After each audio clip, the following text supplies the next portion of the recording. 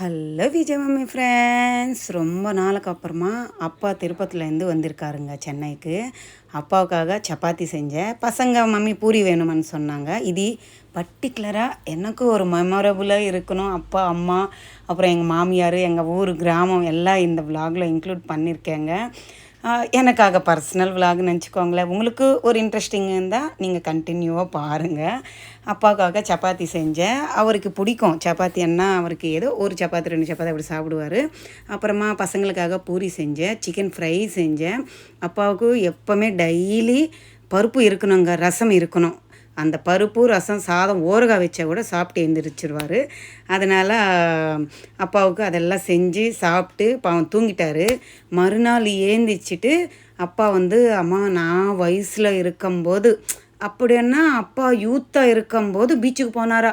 சென்னை வந்துட்டு அப்பா கார் டிரைவருங்க. மெக்கானிக்காக இருக்கும்போது அப்போ தான் கத்திட்டு இருந்தாரா.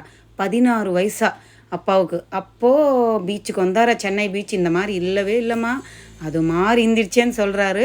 பீச்சுக்கு கூட்டின்னு போக சொல்லுமா பசங்களை. எப்போ கிட்ட 70 வருஷம் முன்னால் வந்தாரா. சென்னையே இப்போ எப்படி இருந்துச்சுங்க, அப்போ எப்படி இருந்திருக்கும் பாருங்க. அப்போ வந்தவர் இப்போ இத்தனை வருஷம் கழித்து எங்கள் பசங்களோட பீச்சுக்கு போயிருக்காரு. என் 2 பசங்க அவ்வளோ அழகாக கூட்டின்னு போயிருக்காரு. அந்த பீச்செல்லாம் பார்க்குறாரா.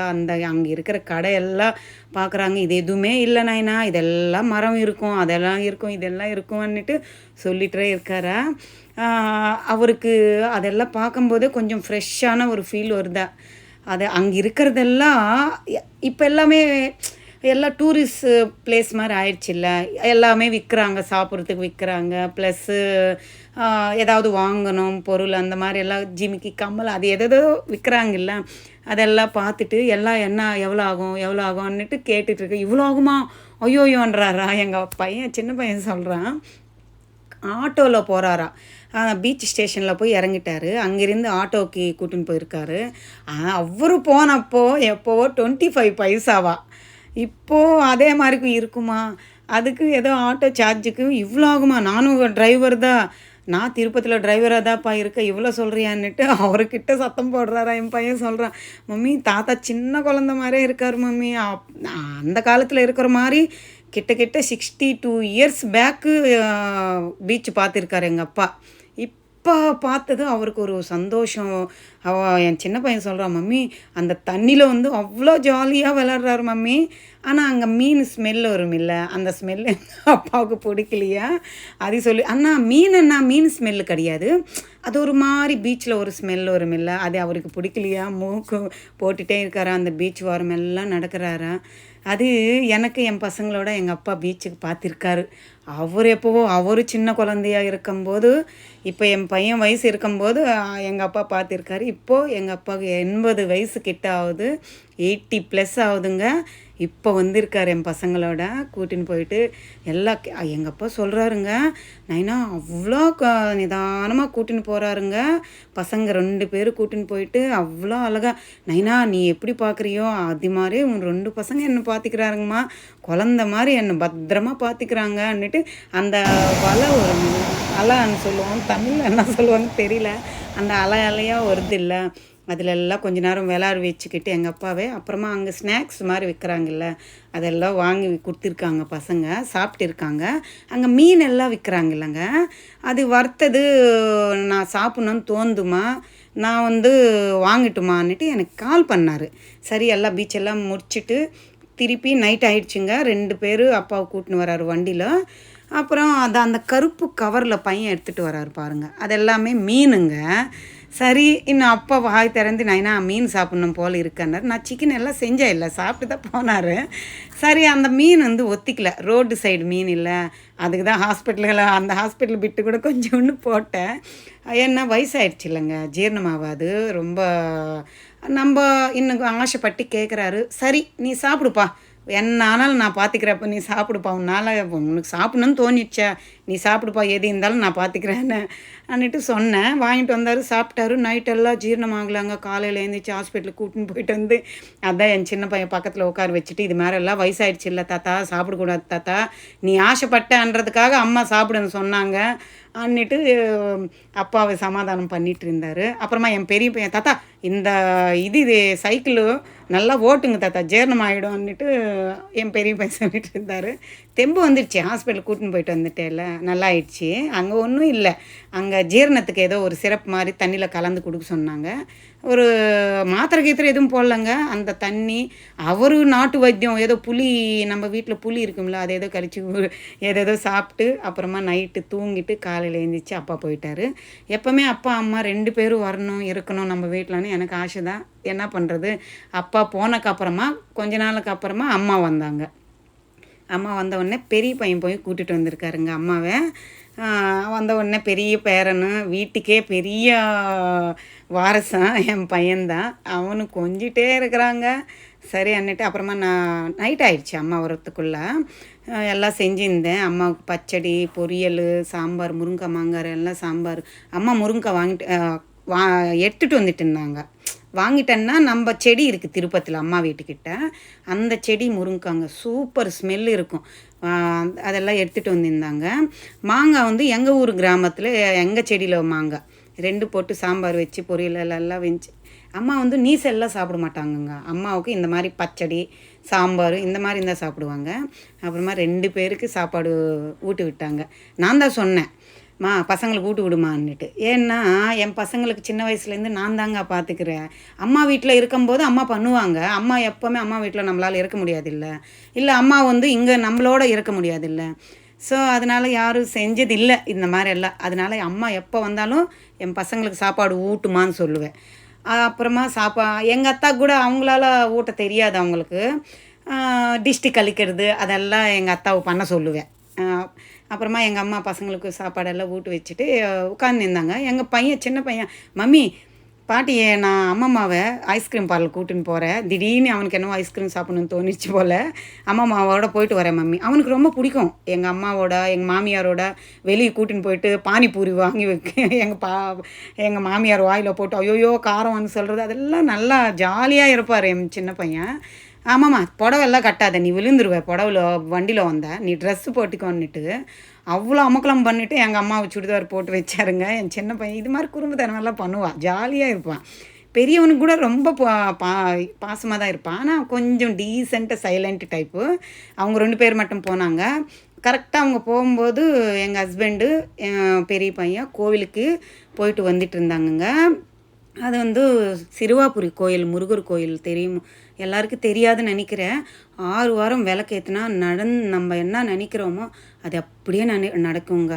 எனக்கு என் பெரிய பையனுக்கு வேண்டியது அப்படியே நடக்குதுங்க, நடந்துச்சுங்க. சூப்பர். அதனால கோவிலுக்கு போயிட்டு அப்பாவும் பையன் வந்தாங்க. இங்கே ஷோரூம் அந்த ஐபாக்கோ அந்த ஷாப்புக்கு வந்திருக்காங்க. ஷோரூம் பண்ணுற பாருங்கள், அந்த ஷாப்புக்கு வந்திருக்காங்க. எங்கள் அம்மா இதெல்லாமே ஐஸ்கிரீமா இதெல்லாம் சாப்பிட்லாமா, அவங்க வந்து இந்த மாதிரி பார்த்ததில்லை, ஷோரூமுக்கு வந்து பார்த்ததில்லை. ஐபாக்கா அந்த ஷாப்புக்கு கூட்டின்னு போய் அம்மா இது வரைக்கும் சாப்பிட்டதில்லை, வேணும்னா வீட்டில் கொடுத்தா சாப்பிட்டு இருக்காங்க.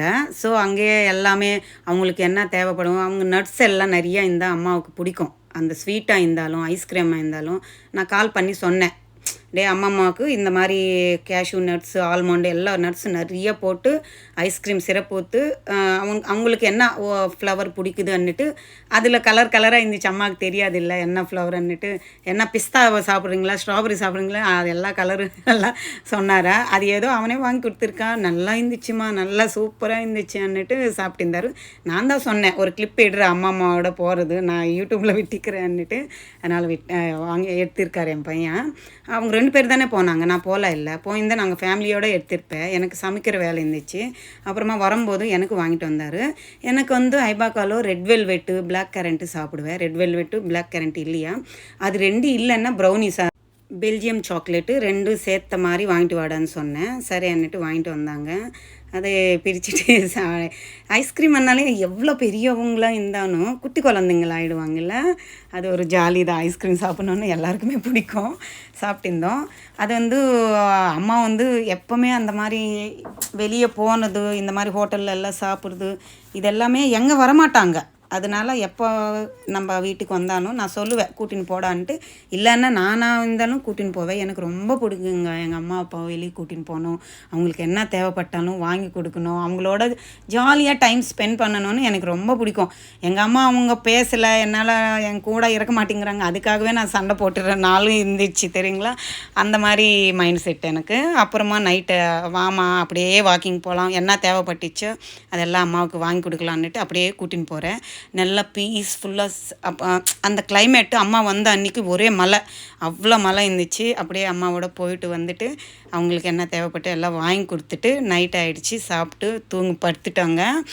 அப்படியே எல்லா கதை பேசிட்டு கொஞ்ச நேரம் அம்மாவும் இன்னும் அம்மா வந்தால் இருக்க மாட்டாங்கங்க. ஒரு நாள் இருப்பாங்க, இல்லை மறுநாள் கிளம்பிடுவாங்க. சரி அன்னுட்டு எல்லாம் பேசிட்டு காலையில் ஏந்திரிச்சிட்டு அம்மா குளிச்சுட்டு கிளம்பிட்டாங்கங்க. அவங்க கிளம்பும்போது ரொம்ப கஷ்டமாக இருந்துச்சு. அம்மா அப்பா இருக்கிறவருக்கு தானேங்க நம்மளுக்கு ஏதோ ஒரு ஃபீலு, அம்மா போகிறாங்களேன்னுட்டு. அப்புறம் 2 பேரும் கூட இருக்கணும்னுட்டு எனக்கு ரொம்ப பிடிக்கும். எனக்கு ரொம்ப ஆசை. என்ன பண்ணுறது, அவங்க வந்தால் இவங்க வர மாட்டேங்கிறாங்க, இவங்க வந்தால் அவங்க வர மாட்டேங்கிறாங்க.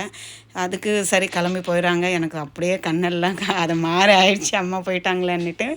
சரிங்க, அம்மா போயிட்டு ட்ரெயின் ஏற்றி விட்டுட்டு என் பெரிய பையன் வந்துட்டான் வீட்டுக்கு. அப்புறம் எங்கள் ஊர் விலாகுங்க, இங்கிருந்து கிராமமுங்க. அங்கே ஊரில் திருவிழா நடந்துடுச்சு. இது 2 கிளிப் என்னவோ அங்கே இருக்கிற நேச்சர் எல்லாம் காட்டலான்னு தான் அங்கே எடுத்தேன். எங்கள் மாமியார்னு கூட எடுத்தேன் பாருங்களேன். ஊர் ஃபுல்லாக திருவிழா எதுவும் எடுக்கலைங்க, பயங்கரம் வெயிலுங்க, என்னால் முடியல. ஸோ அதனால் ஒரு வீட்டுக்கிட்ட மட்டும் ஒரு 2 கிளிப் எடுத்துகிட்டு ஜாயின் பண்ணேன். யாரோ யூடியூப்பில் கேட்டாங்க, ஊர் திருவிழா விலாகு விடுங்க சிஸ்டர்ன்னுட்டு. யாருன்னு தெரியல. எங்களோட ஊர் விலாகு அவங்களுக்கு எப்படி தெரியும்னு தெரியல. சரி இல்லைம்மா நான் வெயில்னால எடுக்கல ஷூட்டேன்னு சொன்னேன். ஆனால் நான் நம்ம வீட்டுக்கிட்ட இருக்கிறது எடுத்தேன். அங்கே ஒரு சாமி மாதிரி கும்பிட்றதுக்கு ஒரு பிளேஸ் ரெடி பண்ணியிருக்காங்க பாருங்க. அங்கே பேக் சைடு அவங்க எங்கள் ஹஸ்பண்டோட தங்கச்சிங்க 8 வயசில் இறந்துட்டாங்க, சின்ன குழந்தையா. அங்கே தான் அவங்களுக்கு சாமி பசுப்பு எல்லாம் குங்குமம் எல்லாம் வச்சுட்டு எல்லாம் சாமி கும்பிடுவோம் நாங்கள். வருஷத்தில் ஒரு வாட்டி பொங்கல் அன்னைக்கு துணியெல்லாம் வச்சு எங்கள் நாத்தனார் ஆவாங்களா, நாத்தனாருக்கு சாமி கும்பிடுவோம். அப்புறம் அங்கே நம்ம வெத்தலை செடி பார்த்திங்களா எவ்வளோ பெருசு, ஒரு இலை அவ்வளோ இருக்குங்க. இந்த கனகாம்பரம் எனக்காகவே எங்கள் மாமியார் வளர்த்த வைக்குவாங்க. ஏன்னா அதில் இருக்கிற எங்கள் ஹஸ்பண்ட் போனப்பெல்லாம் அங்கே இருக்கிற அந்த கனகாம்பரம் எல்லாம் பிரித்து எதை சொல்லுவாங்க எனக்கு கொடுத்து அனுப்புவாங்க. இது மெரூன் கலரில் இருக்குங்க செம்பருத்தி. அப்புறம் ஒன்னாக இருக்குமில்ல அந்த ஒத்த செம்பருத்தி அதிகம் இருக்கும். இது அரைநெல்லிக்காய் சொல்லுவோம். அப்புறம் முருங்கைக்காய் செடி, பப்பாளி செடி, தேங்காய் செடி, மாங்காய் செடி, டிசம்பரம் செடி, அப்புறம் சீத்தாப்பழம் செடி, ராம சீத்தாப்பழம் செடி, எல்லா செடியும் இருக்குங்க. அதான் சொன்னேன்ல இது ஒத்தளவு இருக்குன்னுட்டு. எல்லாம் நம்ம வீட்டுக்கிட்டவே எல்லா செடி போட்டிருக்காங்க பாருங்கள் எங்கள் அத்தை. இப்போ கூட அவங்க எவ்வளோ வயசாகுதுங்க, அவங்க இப்போ கூட 100 ரூபா வேலைக்கு போவாங்க. என்னத்தா உங்களுக்கு தலையெழுத்து ஏத்தா போகிறீங்கன்னு சொல்கிறேன். ஆனாலும் அவங்க 1 ரூபாய் இருந்தாலும் கஷ்டப்பட்டு தானே. பரவாயில்லம்மா, என்ன ஆக போகுது, 1 ரூபாய் இருந்தாலும். இது கறிவேப்பிலை செடிங்க. அவங்களுக்கு ரொம்ப பிடிக்கும். வயசானவங்க வீட்டில் சும்மா இருக்க மாட்டாங்க.